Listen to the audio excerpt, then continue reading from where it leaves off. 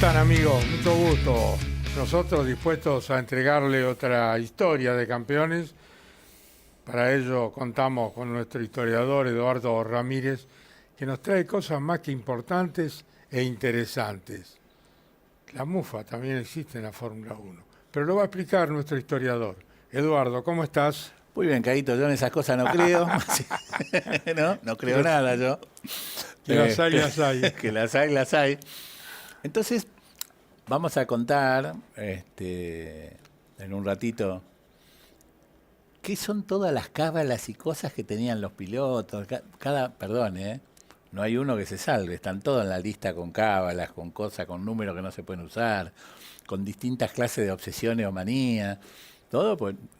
Es muy común que los pilotos, si hablamos de los de Fórmula 1, sean bastante supersticiosos. Ajá. Y Don Enzo decía, entre un buen piloto y uno con suerte, me quedo con el segundo, el que tiene suerte. Claro. ¿No? Esa era una frase de Don Enzo que era bastante cómica.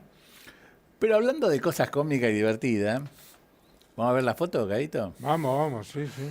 Esta foto que vamos a ver hoy, es un Mercedes que está pasando de Fórmula 1 que lo maneja Michael Schumacher. Un Mercedes manejado por Schumacher, cuando él Ajá. después de Ferrari fue a Mercedes, su última etapa de Fórmula 1 de Michael Schumacher. Y se le quejaba al equipo que no veía los carteles. El cartel no se ve cuando paso, que la letra, que esto, que el tipo era muy obsesivo, ¿eh? Y se agarró con el equipo que no veía los carteles.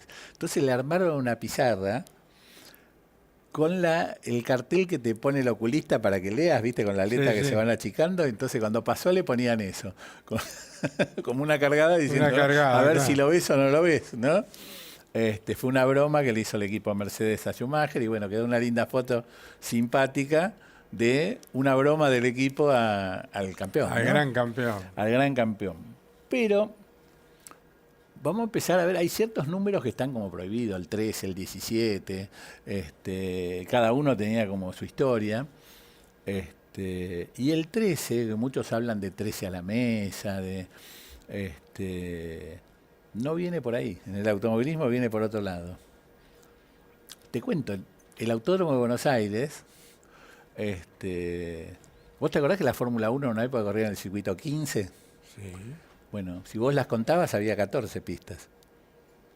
¿Y sabés por qué corrían en el 15? Porque no había 13. No había 13. Ni nunca lo hubo. Siempre vienen 11, 12, 14, 14, 15. El autódromo Ajá. nunca tuvo circuito 13. ¿Por qué? Por esas cosas de, Sí, bueno, sí. que también que eran todos medio, todo no les gustaba, ¿viste? Eran todos medio supersticiosos. Y en realidad esto nació en el año 25, el día del 13. Que había un Delage que, bueno, participaba en uno de estos gran premios de San Sebastián que corrían, con el número 13 y se mataron los dos, que iban en ese Delage en un accidente. Entonces vuelven a correr el año siguiente el equipo oficial, con otros pilotos y acompañantes, le toca de nuevo el número 13 y se vuelven a matar. Entonces el 13 en el automovilismo arranca como número de mufa por estos accidentes y porque ante la duda la Federación Francesa, el Automóvil Club de Francia, retiró el número de las carreras. No se podía correr con el número 13. Y ahí viene la maldición viene desde Francia de estos accidentes. Igual es un número que no lo quiere nadie, ¿eh? Y vos sabés que Lotus, McLaren, lo voy a leer para no olvidarme ninguno, Surtees, Brabham, Tyrrell, cuando le tocaba el 12 y el 13 ponían 12 y 14 y no ponían auto 13. Es más, Williams, cuando vos agarrás los autos de Reutemann, vas a ver que los tipos vienen con el chasis 9, el 10, el 11, el 14, no hay número de chasis 13 tampoco. Eso te marca que, bueno, tanto Ken Tyrrell, Bruce McLaren, John Surtees, Colin Chapman eran bastante supersticiosos los tipos probablemente. con respecto a esto. Un tipo que era extremadamente supersticioso era Alberto Ascari, por ejemplo. Por lo que le pasó al padre, pero el tipo tenía, por ejemplo, terror a los gatos negros. A tal punto que el tipo iba para una carrera, se le cruzaba un gato negro y se volvía a la casa. Y volvía a salir. No completaba el recorrido después que se le cruzó el gato. Y él, por ejemplo, solo usaba la camisa, el casco y todo, tenía que ser celeste. Otro color, no. Era por un tema de también que él tenía que tenía pantalón, camisa, todo color celeste y el casquito celeste. Y él tenía una manía que el casco, la remera y todas las cosas no permitía que nadie lo tocara antes de una carrera. El único que tocaba la ropa era él. No sea cosa que le pusiera mufa. Era como muy obsesivo. Y algo que nadie, no sabe casi nadie, porque yo te lo cuento y te vas a sorprender. Alberto Ascari, una de las cosas que hacía, en el auto llevaba un peluche, que era su peluche de la suerte. Él tenía además una obsesión, porque el padre de él se mata un 26 de junio. Antonio Ascari, ¿no? Que fue el piloto estrella de Alfa Romeo, el padre era junto con Nuvolari, en esa época era de lo mejor de que tenía el automovilismo mundial, y se mata un 26. Entonces, los organizadores de las carreras en aquella época, ya te hablo de Fórmula 1, la época de Fangio, trataban de que la carrera no le caiga el 26 porque Ascari no venía. No venía a correr porque era 26, ¿no? Sí. Y tenía como una obsesión de que él no corría con el número 26, no, siempre con el casco celeste, siempre con las cosas. Y sucedió, y no me preguntes por qué, corre el Gran Premio de Mónaco con el Lancia Ferrari, ese, qué sé yo, y antes de la carrera, qué sé yo, le asignaron el número 26, el que lo hizo asignando los números no se acordaba de que Alberto no lo manejaba, y es el 26 que se cae al mar, ¿eh?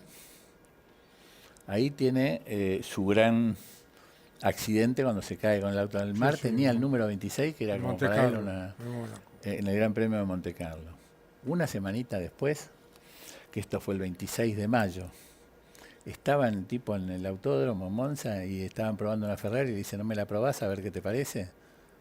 Se sube a dar 2 vueltas en el auto de otro, no tenía el peluche, no tenía el casco celeste y era el 26, día 26. ¿Sabes qué pasó? Se mató. Es el día que se mató Alberto Ascari, fue un 26 de mayo, probando un auto que era en él, sin la ropa celeste, sin el peluche y sin el casco celeste, ¿no? Estaba con, ¿viste cuando te dicen subite? Sí. Bueno, pero mirá las vueltas del destino Milayeta. Hay pilotos modernos, y vamos a empezar a hablar un poco ahora de los modernos, ¿no? Por ejemplo, una vez pasó en el Gran Premio de Brasil, ¿te acordás de Stefano Modena, uno que corría? Sí, me acuerdo. Sí. Bueno, el tipo, él exigía que el auto de él, en el box estaban los 2 coches, siempre estuviera al lado derecho. No quería que el auto estuviera de la izquierda. El tipo llega a la clasificación del Gran Premio de Brasil y el auto estaba del otro lado. Y el tipo no salió a clasificar ni todo, ni se subió al auto hasta que el equipo no le dio vuelta a todos los coches adentro de los boxes de nuevo para que él se subiera, porque no se iba a subir si no estaba, ¿cómo se llama? El auto derecho. Del lado derecho, ¿no? Se negó a manejar el tipo en la prueba de clasificación. Checo Pérez llevó siempre, una foto de Juan Pablo II en el auto. Bueno, es una de las cámaras, ¿no? En el auto. Y, algunos lo saben, otros no, Fangio llevaba a la Virgen del Guadalupe. En el auto también. Cada uno tiene su historia, ¿no? Por ejemplo, ahora vamos a entrar más en profundidad. Alan Jones usaba solo calzoncillos rojos. Ah, sí. Por eso digo que estamos profundizando. Claro. Y David Coulthard, únicamente calzoncillo azul. Que además, no es que eran muchos azules, era un juego de calzoncillo azul que le regaló la tía y le trajo suerte y lo usaba para correr en todas las carreras. O sea, el calzoncillo tenía más kilómetros ¿no? Y lo seguía usando, ¿viste? Porque era el calzoncillo que le regaló la tía, color azul. Felipe Massa, si hacía buen tiempo el sábado, usaba la misma ropa interior el domingo. No la cambiaba. Entonces, Vettel, el tipo cuando fue a Indianápolis, que debutó, cuando empezó, el tipo cuando estaba en el autódromo yendo, se encontró una moneda de 1 centavo en el suelo. Y le fue bien. Entonces, en toda su carrera deportiva, tenía la moneda esa que encontró en Indianápolis metida dentro de una bota. Bueno, Raikkonen usaba las mismas medias. pero perdón, en toda su carrera deportiva. La media, te imaginas lo que eran. Me imagino. Pero no la soltaba ni de casualidad, ¿no? Carlos Sainz, la Virgen del Pilar, una cinta dentro del casco. Alonso se pone primero la zapatilla izquierda siempre, como un método de, ¿no? Y Alonso, que esto no lo sabe mucha gente, es absolutamente maniático con los números de la habitación de hotel que le toca. Le toca el 17, se la hace cambiar. No agarra ningún número que no le guste de habitación de hotel y se hace cambiar las habitaciones. Schumacher, que lo vimos la foto hace un rato que nos reíamos un poco del cartel, él tenía como un colgantito de oro que era como un cuernito así, muy chiquito, y lo usaba siempre metido dentro del buzo. Hoy no se permitiría, pero en esa época podían usar joyas. Pero llegó al punto la manía de que si no lo tenía, no, que una vez se lo olvidó y el tipo no salía a la pista, mandó un mecánico al hotel a buscarlo y hasta que no lo tuvo no salió a la pista. En el año 23 se mata al mejor amigo de Ferrari con el auto con el número 17. En la época de los Alfa Romeo, ¿no? Y Sibossi se llamaba. Bueno, Ferrari, a partir de ahí, tiene prohibido el número 17 en todos sus autos. Ferrari no corre con el 17. Pues, bueno, como verás, Caíto, ahí tenemos todos los gustos. Viste, los colores de los calzoncillos, la media, hay de todo. Y para cerrar, te voy a contar uno de los nuestros.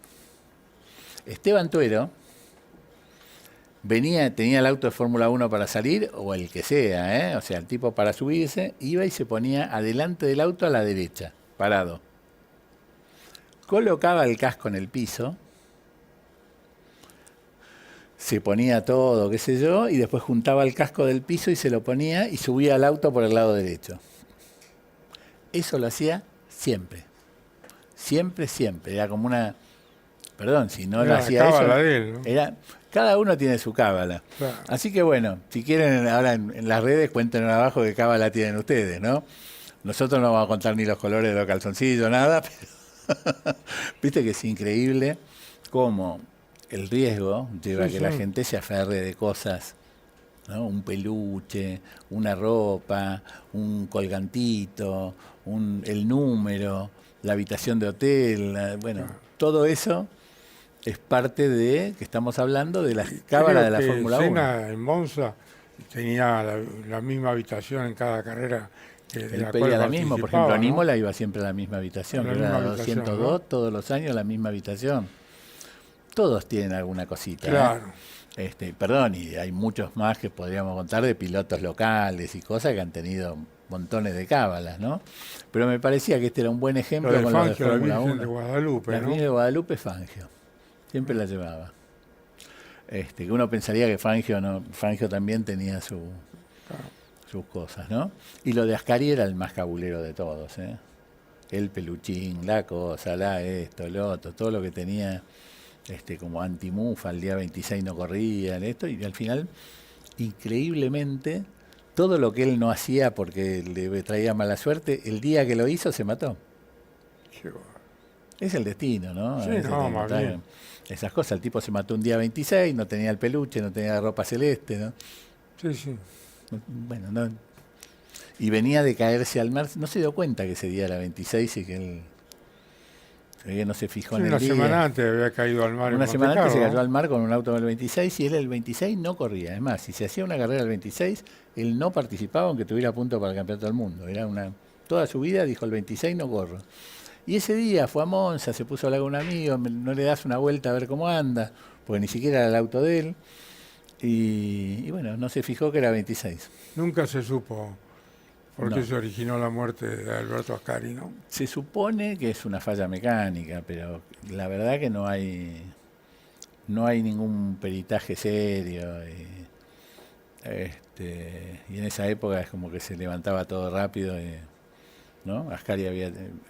En su momento también, la verdad que Enzo Ferrari tuvo varios problemas. Cuando pasó el accidente de Portago en las 1000 millas, a Ferrari lo procesaron por homicidio múltiple, y tuvo un proceso legal complicado. El Marqués de Portago. Así que eso vamos a hacer un programita, vamos a contar la historia de él y la historia de una foto increíble, que la vamos a contar ahí. que le llaman el beso de la muerte, el bacho de la muerte. Porque él cuando está saliendo en el último, faltaban 60 kilómetros para terminar la 1000 millas, viene su novia y le da un beso y justo un fotógrafo lo fotografía. 2 minutos después estaba muerto. Así que de eso vamos a hacer un programa y vamos a contar bien toda la historia, que es muy bonita. Así que, Caíto, bueno, acá nos dejamos, cada uno tendrá sus cábalas, la gente si quiere nos las cuenta, o si sabe de algunas cábalas de pilotos, que nos la mande también. Muy bien, vamos a establecer una pausa y luego continuamos con esto que es Historia de Campeones, con Eduardo Ramírez, nuestro historiador, Miguel Cayetano Páez, productor, y Johnny Levian, nuestro ejecutivo en lo que hace a la compaginación de trabajo de cámaras. Volvemos en un instante, aquí, en esto que es Historia de Campeones.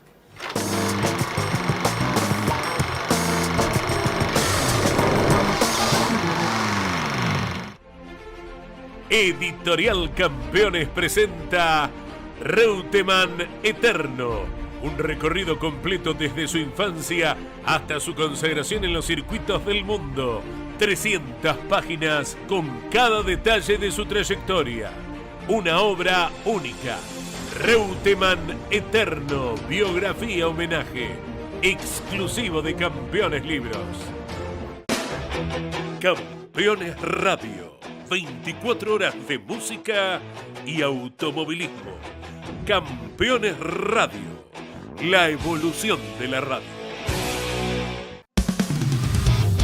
La Fórmula 1 en su máxima velocidad. Vivila en campeonesf1.com. Editorial Campeones presenta Mouras, Príncipe de TC. Un recorrido completo por su vida deportiva, los momentos exitosos, la consagración y su dolorosa muerte. 300 páginas con cada detalle de su trayectoria y valiosos testimonios. Una obra única, biografía homenaje, Mouras, Príncipe de TC, exclusivo de Editorial Campeones.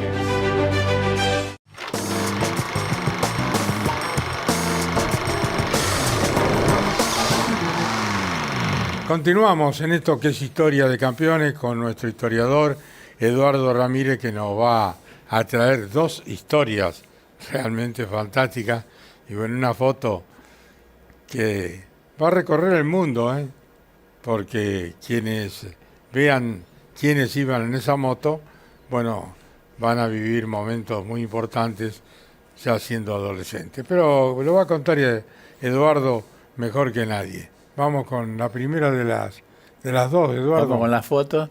Vamos a contar 2 historias, más o menos les anticipo que es. Una, vamos a hacer una foto que cuando la veas vas a entender muchas cosas. O sea, te vas a poder explicar vos mismo muchas cosas. Y la otra, vamos a contar, en un momento en la Argentina, ¿sabes cuántos autos había acá? 1897, 2. 2 autos. Había 2 autos en todo el país. ¿Quiénes eran? Y ahora lo vamos a contar después. Y bueno, y vamos a contar el primer choque. Primer accidente que hubo vial en la República Argentina. Que, bueno, es una historia... Es increíble, Caíto. No la contemos. La verdad que da para algo increíble, pero vamos a contar, bueno, cuando la Argentina solo tenía 2 autos, ¿cómo fue el primer choque? Pero primero vemos la foto, ¿te parece? Bárbaro, lo hacemos. Esta foto, lo importante, es una moto de carrera doblando, pero van a ver... Sobre el tanque, agarradito al tanque, hay un nenito muy chiquito. O sea, es un piloto de carreras llevando un nene en la moto de carreras sentadito en el tanque, disfrutando de la pista, ¿no? Cosa que la vemos y nos parece hasta muy peligroso. El señor que era el piloto que maneja se llama Graciano Rossi. Pues no le suena, alguno capaz que sabe de moto y lo conoce, otro no tanto.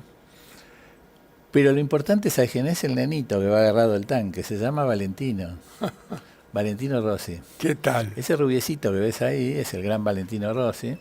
Que por eso dije que cuando vean esta foto van a entender muchas cosas. Salió loco porque lo llevaban en el tanque, ¿entendés? Por eso después el tipo hacía todo lo que hacía con una moto porque se crió ahí arriba, ¿no? Da un poco de miedo, vos ves la foto, un nenito tan chiquito, sin un chasco, con todo, llevaba una moto de carreras, como que te hace.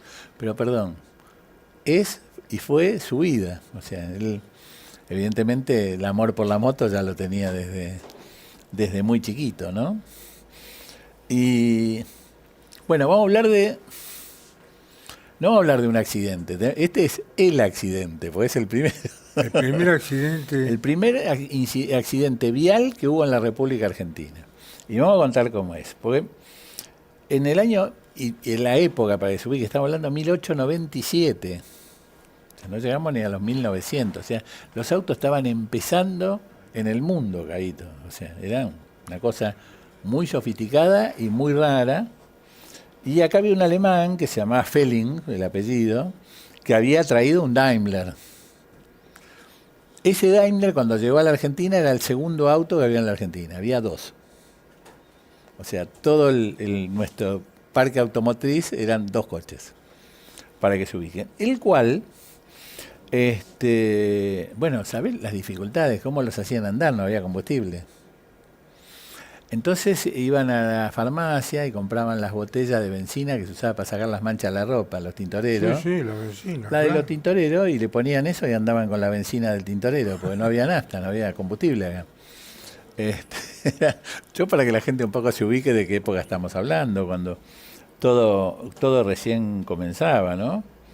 Y tenía un tintorero que le vendía las botellas, eran de vidrio, y le ponían nafta con eso, pero decide dar el primer paseo en auto más largo. O sea, hacer una salida con el auto e irse un poco más lejos. ¿Sí? Les voy a leer el recorrido, porque cambiaron las calles, ya no se llaman igual. Entonces el señor Wilhelm agarró el Daimler que tenía y partió desde lo que era la calle Victoria. Hoy eso sería Hipólito Yrigoyen, entre Piedras y Chacabuco. Ahí arrancaba la travesía. Perdón. Con un carruaje sin caballo, la gente se persignaba cuando pasaba, era una cosa, pensar, no había, nadie sabía lo que era, ¿no? Y la idea era ir desde ahí hasta los bosques de Palermo. Un París-Dakar de aquellos tiempos, ¿no? Hacer todo un gran recorrido. Entonces él agarró dos de sus hijos, uno lo llevó en el auto con él, y el otro lo puso en una bicicleta adelante para que fuera avisando a la gente que venía un carro sin caballo, para que la gente se corra, no se asuste, todo. Hasta que llegamos, bueno, empieza, todo iba bien, el de adelante avisando, viene un auto gritando y todo, y el que venía atrás con el hijo, hasta que llegan a lo que es Lavalle y Carlos Pellegrini de hoy, que en la esquina había una farmacia en esa época. Bueno, había uno grandote, totalmente borracho. Pero borracho a morir, estaba en una curda tipo impresionante, y ve venir esto y lo interpreta como un monstruo, el kurda. Y empieza a gritar, no te tengo miedo, y le gritaba, y se le iba, viste, diciendo no tengo miedo, era el monstruo que los estaba, un tipo no podía, con la curda que tenía, no razonaba, y cuando el auto viene, el tipo decide tirarse adelante para detenerlo a trompada, así al monstruo, tira, un valiente, se tiró a atacar el monstruo, y la realidad es que ahí en la esquina, en Lavalle y Carlos Pellegrini, cuando le pegó el auto salió volando, lo pisó. Lo pisó. Para resumir, y el tipo cae en el piso. Entonces, golpeado, ¿no? Se pegó fuerte. Para el auto, se junta la gente, lo llaman y entran ahí en la esquina al farmacéutico, que sale a atenderlo el de la farmacia. Llega la policía, pero la policía no sabía qué hacer, porque no existía que un auto pise a alguien si no había autos, ¿me entendés? O sea, no entendían muy bien qué tenían que hacer. El policía estaban ahí,